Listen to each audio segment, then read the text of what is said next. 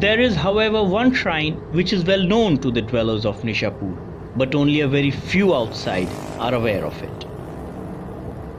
About 100 kilometers from Nishapur, after a picturesque drive, there is a village called Barzanun. And in the hills of this village is the shrine of one of the sons of Imam Zainul Abidin alayhis salam. As the cliffs get rugged, you know that you are close by. One glimpse at the parking and you realize that the place is visited by a large number of people on a daily basis. And the presence of donkeys and mules is testimony to a steep climb up ahead. It was quite an experience, I must say. For the first time in my life, I had seen beasts of burden carrying people to a pilgrimage destination, just like the good old days. You would be well advised to carry some eatables, for there are no restaurants at the top, just a couple of general stores. One of the most beautiful sights in Iran is watching children and families spend quality time at these amazing shrines. What better way to spend an outing? But the most noticeable aspect at the top was the wind. This was without doubt the windiest location that I had ever been to or filmed. Welcome to the shrine of Imam Zadeh Hussain Asghar, son of Imam Zainul Abidin alayhis salam. Imam Zadeh Hussain Asghar was blessed with the companionship of three Imams. He was the son of Imam Zainul Abidin alayhis salam, the brother of Imam Muhammad Baqir alayhis salam, and the uncle as well as father-in-law of Imam Jafar as-Sadiq alayhis salam. As a matter of fact, as a child, Imam Jafar as-Sadiq has played in the loving arms of his uncle. It is no wonder then that the sixth Imam remembered him as fondly as he remembered Hazrat Abul Fazl Abbas alayhis salam. Like all members of the Ahlul Bayt, Imam Zadeh Hussain Asghar was a highly knowledgeable man.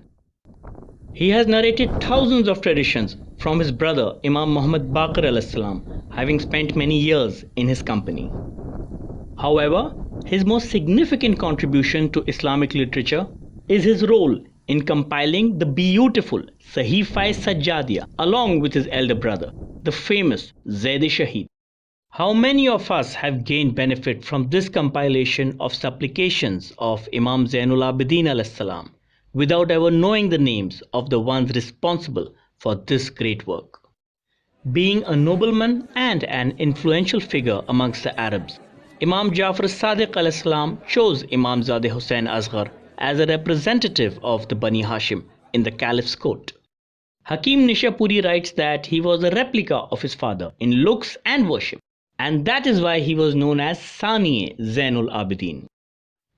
In his life, he witnessed the fall of the Umayyad dynasty and the beginning of the Abbasid dynasty, both extremely hostile towards the Ahlul Bayt. The Abbasid Caliph Mansur summoned him several times to court with the intention to imprison or kill him, but each time he let him go.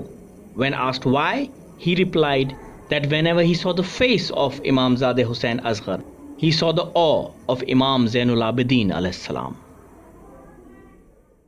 He lived in a period when blasphemizing Imam Ali alayhis salam from the pulpit before every namaz was the norm all over Arabia, an unholy act made compulsory by the Umayyad caliphs that went on for 70 years. He was present in the mosque one day when the governor of Medina began blasphemizing Imam Ali alayhis salam. Unable to stand this gross disrespect, he got hold of the governor and slammed him face first into the ground, causing him, of course, to deservedly die. Imam Zadeh Hussain Asghar migrated to Iran late in his life on the advice of Imam Jafar as-Sadiq alayhis salam. Of the 5 major migrations of the Sadat, he came to Iran during the period of the 3rd major migration.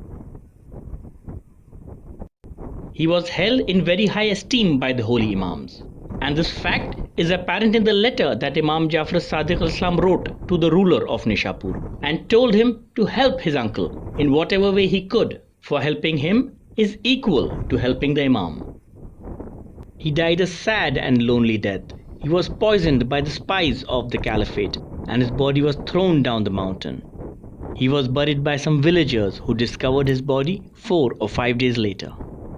Ever since that day, this mountain has belonged to Imamzadeh Hussain Asghar. There is something about these shrines in the hills that just take my breath away. They may not be as grand as some of the shrines in the big cities, but the beauty lies in the location, the simplicity, and most of all, in the effort that is to be made to reach these heavenly locations.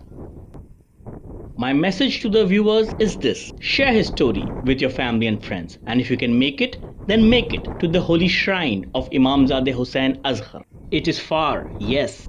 You will have to come finding, yes. But then again, that is exactly what Ziyarat is all about. Salams to all.